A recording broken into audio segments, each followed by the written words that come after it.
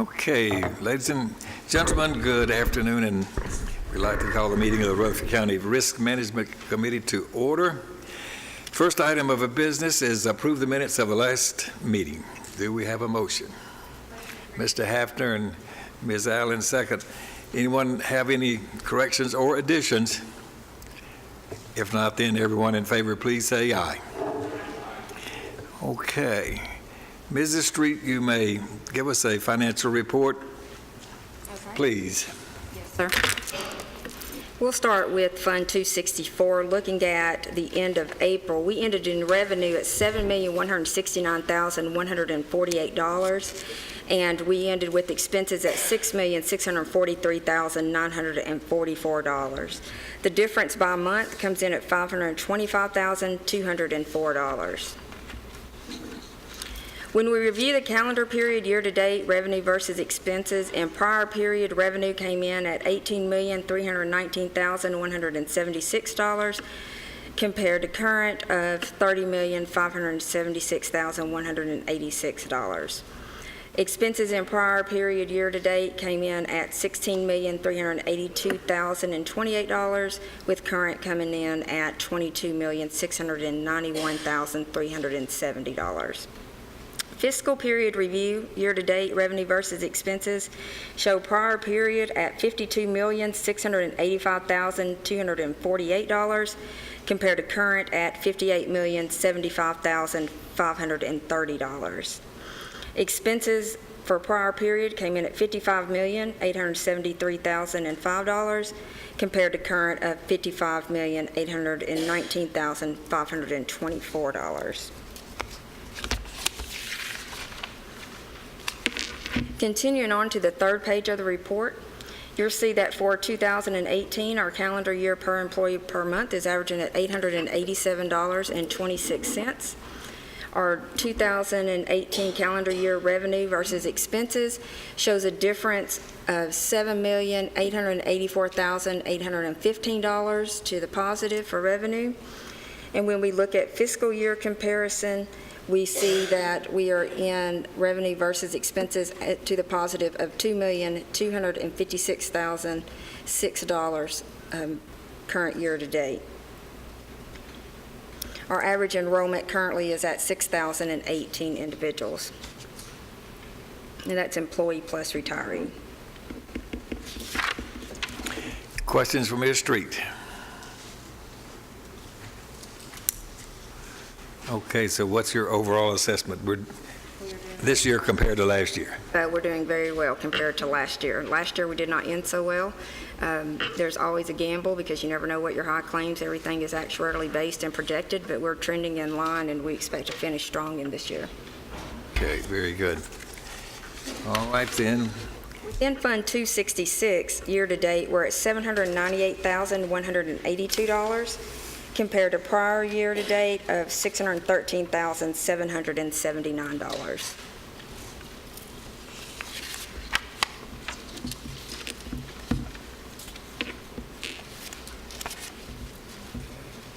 Questions from Mrs. Street on that?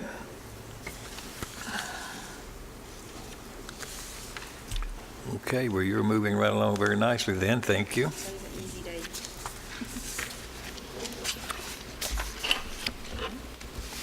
All right, next we're ready to hear from Mr. Good on our workers' comp and OJI status.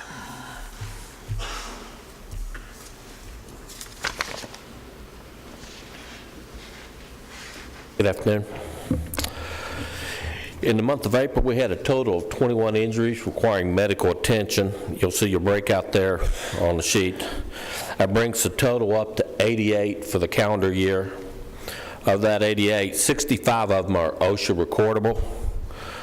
26 had restricted days, 13 lost time days, and 26 all others. Next page of your report, you'll see the graph where it compares this year to the two previous years. And the next page of the report, you'll see where we're talking about the incurred dollars for this year as compared to the 2 previous years. Also, just always like to remind you that those incurred dollars, it takes about a year for those to settle down. Sometimes people will return to work, or the injury's not as extensive, requiring extensive medical treatment, so that's when those dollars will be reduced once the claim is closed. Of the 21 injuries, $17,175 was the incurred dollars for the month.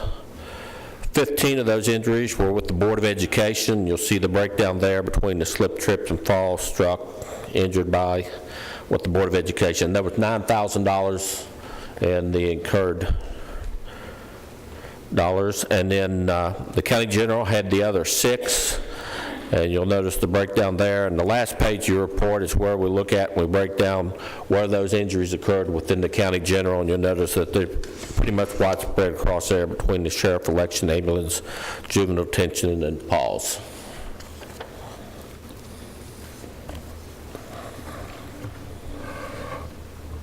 Questions for Mr. Good? So even though the number of claims stayed about the same as it has for the past few months, the dollars that we've assigned to those are pretty low, comparatively speaking, right? Yeah, we've had 1 or 2 bad injury that seems to push it up. The other injuries seem to hold it down, but we've had 1 or 2 that's pushed it up this year. In January, it looked like we had more than 1 or 2 big. That was 1 injury, believe it or not, in January, and that was due to the snow, slip, trip, and fall in the snow of one of our senior county employees. Okay. Questions for Mr. Good? Another good report there, it appears. Thank you very much. Thank you. All right, Mr. Puckett, you may tell us about our wellness condition.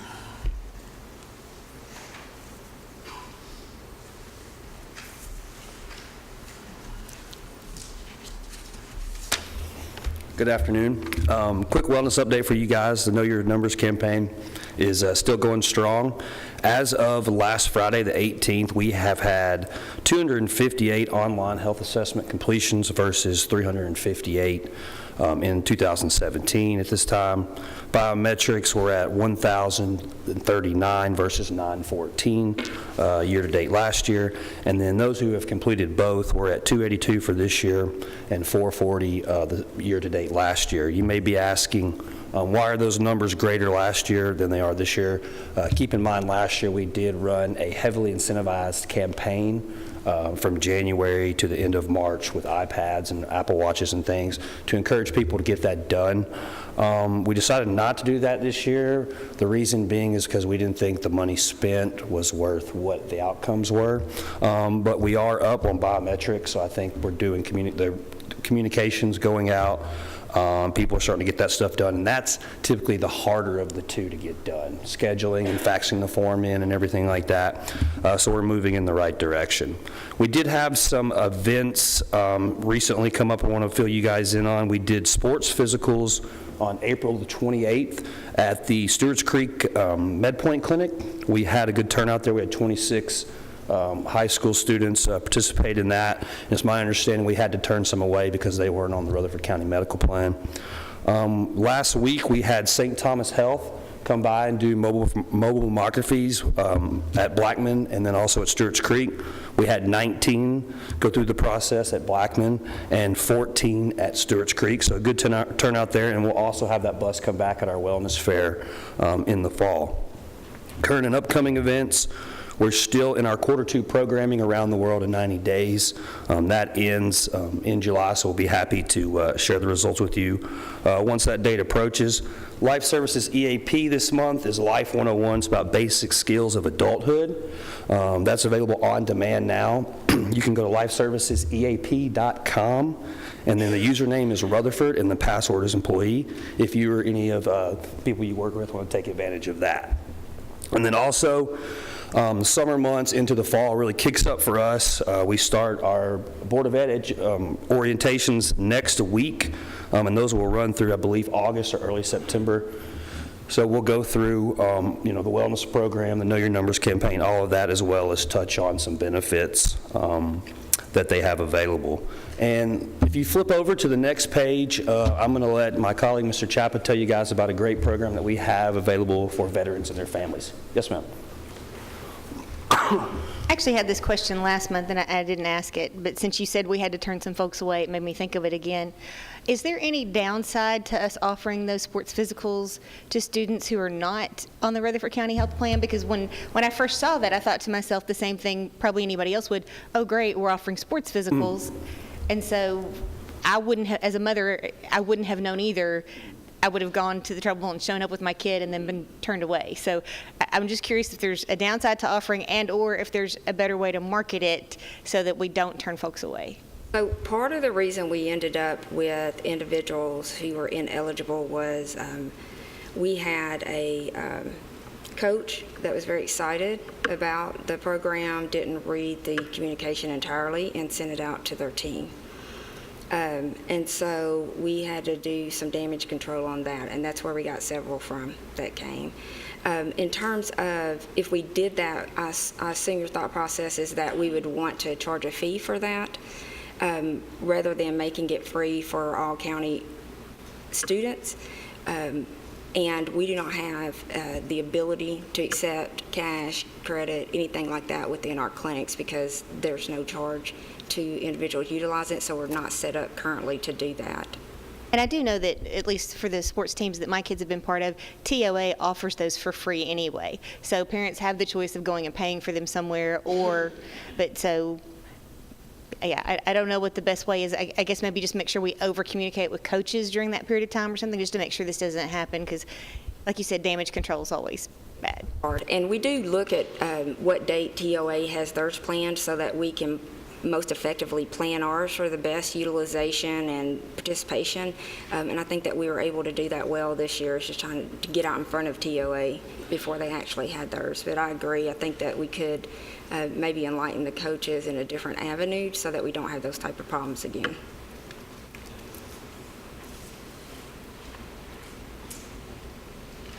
And if you look at the handout that's attached, one with the American flag on it, so what I would like to take a few minutes to talk about with Memorial Day weekend coming up. Cigna has introduced an actual veteran service line. So you may be familiar with the VA service line where veterans can call in if they're in crisis, if they have any issues or anything like that, they can call this line 24/7. Cigna has created their own Cigna crisis line available not just to Cigna employees or people on Cigna medical plans. This is open to anyone, whether they have Cigna medical or not.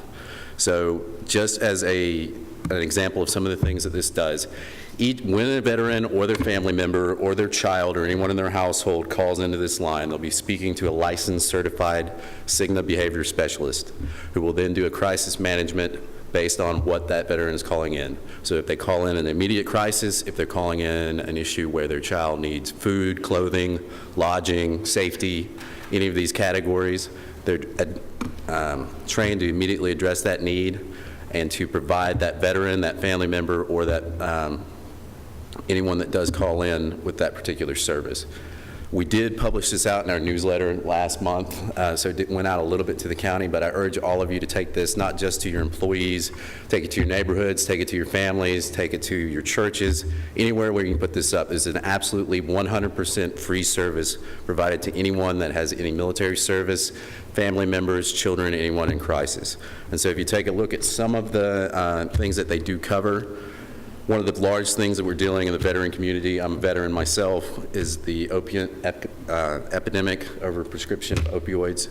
So they help to address service members and their family members with pain management, substance abuse issues, counseling, treatment, financial issues, food, clothing, housing, safety, transportation to and from medical appointments, parenting and child care issues, aging services for our aging veteran population, also health insurance and legal assistance and advice as well. So any service that a veteran does need or needs to utilize is an excellent resource. And to reiterate again, this is not just if you have Cigna insurance, this is for absolutely anyone or family member, even if it's a friend of a veteran, you're able to utilize this service. So I highly recommend you take this out as far as it can reach. We can get this as far out there as we can. Yes, ma'am. Chapa, you did meet with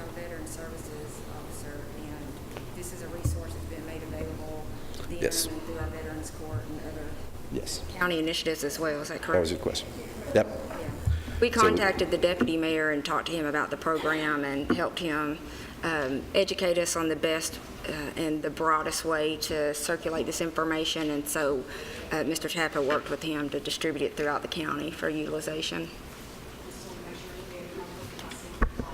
Yeah, no. No, and Yeah, it's no. And due to it being accessible to anyone, not just in Cigna, this is capable broad span. So if you want to take it outside the community, if you want to take it outside and put it on social media or anything like that, you are authorized to do so too. Yes, ma'am. So Brian could put this on the county Facebook page and we could put it on Channel 19, and that wouldn't be a problem? Good. Okay. Okay, more questions for either one of these gentlemen? One thing, too, I'd like to note about that was done by Mr. Puckett is the dental change for orthodontia benefits that we passed last month before, I can't remember, it all runs together at this point. He actually put together a notice to those individuals that would be impacted who are on the buyout plan. We've received calls in the office. That early notice was very beneficial to the individuals for planning purposes, and we've received several calls so that they can make sure that they have utilized the benefit to the maximum before the transition occurs. So I wanted to thank them for getting that information out early instead of waiting for annual enrollment to occur, because that helps these families for financial planning and getting their children taken care of. Ms. Hickerson? I've got a question, just mainly making sure I looked at this right. Daniel, on the know your numbers, you add all of those together to get how many folks have potentially done something or all of their HRA assessment, correct? Yes, ma'am. Okay, because quick look, if you see, know your numbers, everybody's 282, but only 258's done the health, so. Yes, ma'am. I was making sure it was add them all together, and these Correct. folks have started doing something or completed. Okay. We have a report that is run every Friday. That's why the numbers are always from the previous Friday, because obviously the meetings are on Thursday. And then we can break it down. I can do filters in Excel, so it shows me who's done both, who's done one or the other, and that's how we get those tallies. That's good to know. Yes, ma'am. And he did talk about how we had incentivized last January through March. We did not see in those 3 months a great shift in numbers by not incentivizing. So I think that was the right decision, because we had spent how much money for those It incentives? was around $3,500 in total. So, that money can be utilized elsewhere if we're not going to get a bang for a buck out of our wellness fund, so. Okay, gentlemen, then, thank you very much. Now, Mrs. McNair, Midpoint Clinic report.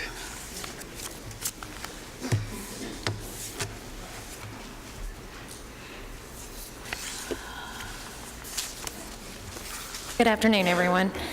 If you guys will pull out our Midpoint Report, I think you all have in front of you there. We're going to dive right into our clinic visit slide, which is on page 2. So you'll see for April of 2018, we saw 1,563 visits, compared to April of 2017, we saw 1,540.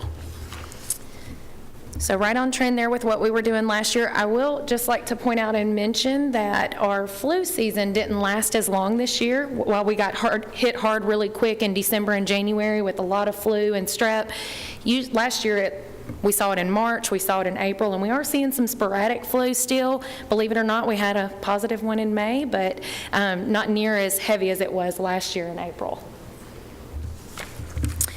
You'll move to the next slide there on slide 3. We're looking at our visits at Walgreens. So for April, we saw 101 visits at the Walgreens, the Vanderbilt at Walgreens clinic.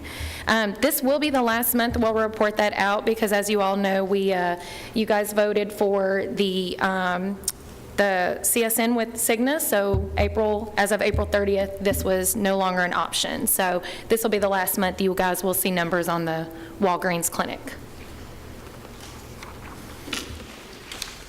On our next slide there, you'll see our wellness visits from our wellness coordinator and registered dietitian for the month of April in our Midpoint clinics. Our wellness coordinator saw 43 visits, 37 of those were follow-up visits and 6 initial visits.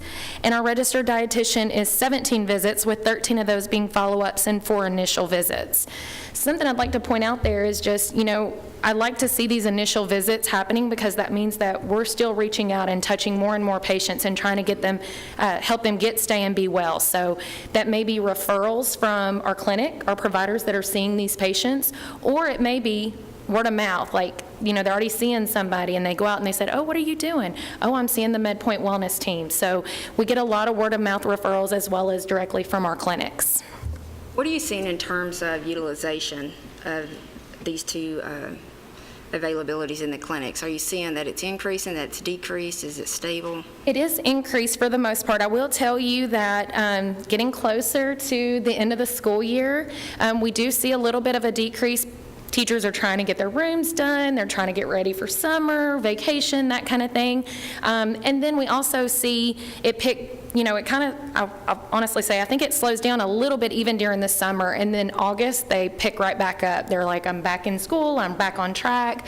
But we do encourage them, even throughout the summer, hey, even if we need to extend you out, if you're used to coming weekly, but you're going on vacation, why don't we see you back in 2 weeks or 3 weeks? So definitely the utilization is there. And we're on a wait list, I believe, for my wellness coordinator and registered dietitian at the moment. So what is capacity then for the wellness coordinator and registered dietitian? if they're fully at capacity. We try to stick to 40 to 50 visits per month for my wellness coordinator. And as you see, she had 43 for the month of April. And that allows her to have that one-on-one time with the patients directly, as well as she helps with the Cigna team, getting ready for the DI conference. We do the lifestyle management classes. Trying to think of some other things. As we go to August, we'll do the WOWs. We'll see those in August and September. So there's a lot of extra stuff that the wellness coordinators do, the quarterly programs that I think Mr. Puckett and Mr. Chapo had spoken to previously. So that allows her to still see the patients, but attend to these other items that are necessary as well. So. What about on the registered dietitian? What's their capacity? Usually it's 15 to 25, depending on what we're doing and where they're being. So initially, they're going to have a much longer visit with the registered dietitian. They may be creating a meal plan together. They may need more one-on-one education to learn more about what is good, how to read labels, what am I looking for. That's going to be a much longer visit than a follow-up visit. So it really depends on the type of visit that they're seeing. This is just an odd, selfish question, so I want to preface by saying that first. A couple of the ladies in my office, we all love the registered dietitian. I used to go to Christie myself. But what they're having a difficulty with is having to do that on their lunch, and it ends up having to take an hour and a half lunch by the time they drive out there, have their consultation, then have lunch. Would there ever be a possibility of, like, if you had a group of 4 or 5 people where the dietitian could come to one area and they could touch all of them at one time, as they could still take their lunch to have their visit, but then they wouldn't be gone an hour and a half. They could take their visit with her and then eat a quick lunch and get back to their... Sure. We absolutely offer something called a lunch and learn, which we would be happy to do. If you have a department, a group of people, I know we've done them actually in this building here. I think it's been about probably a year and a half ago, though, since we've done it. But please reach out to us if you're interested in what we call a lunch and learn. You get a group of people, then we can bring materials, we can have discussions, all of that over a lunch break, or it could be, I think they did a potluck. So everybody brought something healthy in, they got to eat lunch, and we presented right then and there. So we can do that lunch and learn. What I would say to that, though, Ms. Stevenson, is privacy. Like, if they want to be very specific about their nutrition plan, like what we're going to talk about in a lunch and learn will be very blanket, very generic. It's not going to be as specific that you would get on the one-on-one that we offer in the one-on-one consults in the office. Now, Christy, our registered dietitian, she is part-time with us, but she works from 8 to 6 on Tuesday and then 1 to 6 on Wednesday and Thursday. So we do try to take into consideration work time time and offer some appointments for after work as well. I know with her being a high commodity, it's sometimes hard to get those hours to see her at that time, but we do try to allow those extra hours after work so that we can accommodate everyone and not have to miss the time from work. So how long is an appointment once they're established? Beyond the initial, how long does an average appointment last? And Christy, 30 minutes? 30 minutes or so for an established So visit. once they're established, then they could possibly get there and back in an hour. But I would guess that what she's asking about is that you come and you stay 3 or 4 hours if there's 4 people and you meet with them individually. I gotcha, I understand. So like we come to a location. So There were like 5 of us in the building that wanted to speak to Christy about the appointments, and they would all be right there in the location. yeah, so I'd like to take that kind of offline and think about that and come back to you guys. What I would say to that, my initial reaction is, we would love to do kind of concierge service, right? Like come to you guys, but unfortunately, because she is part-time and limited, we're not going to be able to go to the sheriff's office and do that. And then, because the travel time would take up time that she could see the patient. So that's kind of my initial reaction. But I'd like to think about that some more, and we can touch base again next month and go more into detail after I think about that and speak with my team about that. Okay. Any other questions so far? Okay, so the next slide is our per employee per month summary. And if you look there, for April 2018, we had the 1,563 office visits, 101 retail visits. Our costs were $205,802 between all of our clinics. And the cost per visit averaged out to be $124 with a per employee per month average of $34. You will see a little bit of an increase from March to April. April is a high allergy season. We started seeing a lot of patients who have allergies, as some of you may have had to encounter. Flonase, cetirizine, a lot of our allergy meds we supply there in the clinic at no charge to the patients, and obviously that increased the cost there for the clinics. So that's why we're seeing a little bit of increase there. On the last page there, on page 6, I know last month I went into a very detailed conversation about our net savings summary and where we get that from. So this is from Q1 2018 versus Q1 2017. Something we've seen over the last several months in the first quarter, we did have a decrease in visits. So we had 160 less biometrics. We had closed or abbreviated days due to inclement weather in Q1. And so all of that has kind of decrease the amount of visits that we have seen in the clinic, and anytime we have decreased visits, you're going to see a decrease in the direct cost avoidance. So that's why you see a net savings for Q1 2018 at $443,817. Any questions about that net savings summary?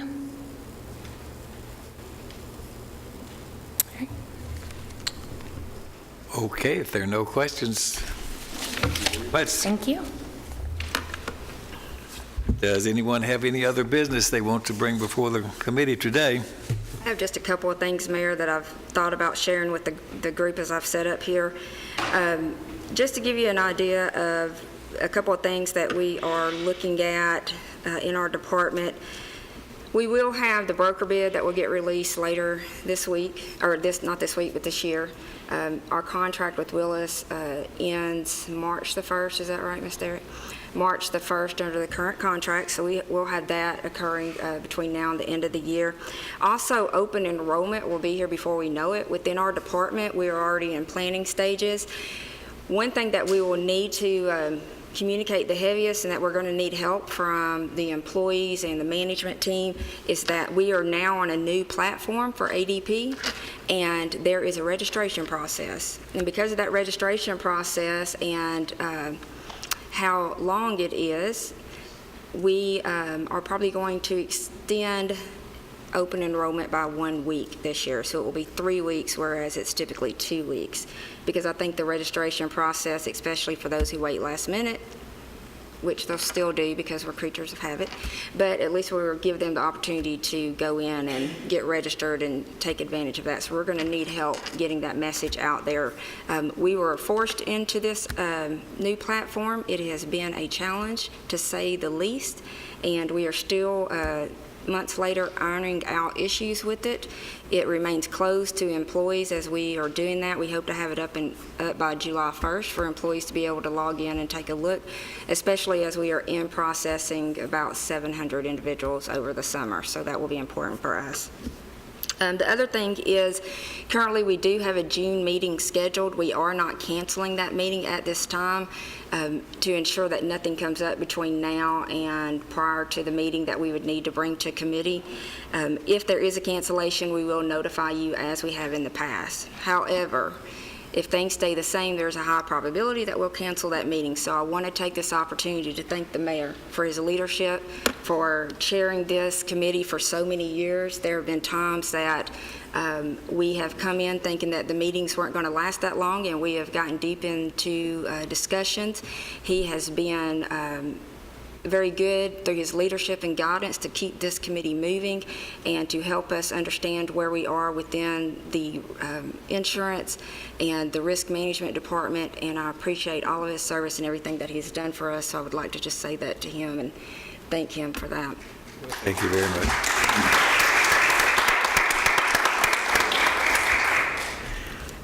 Okay, thank you, Melissa.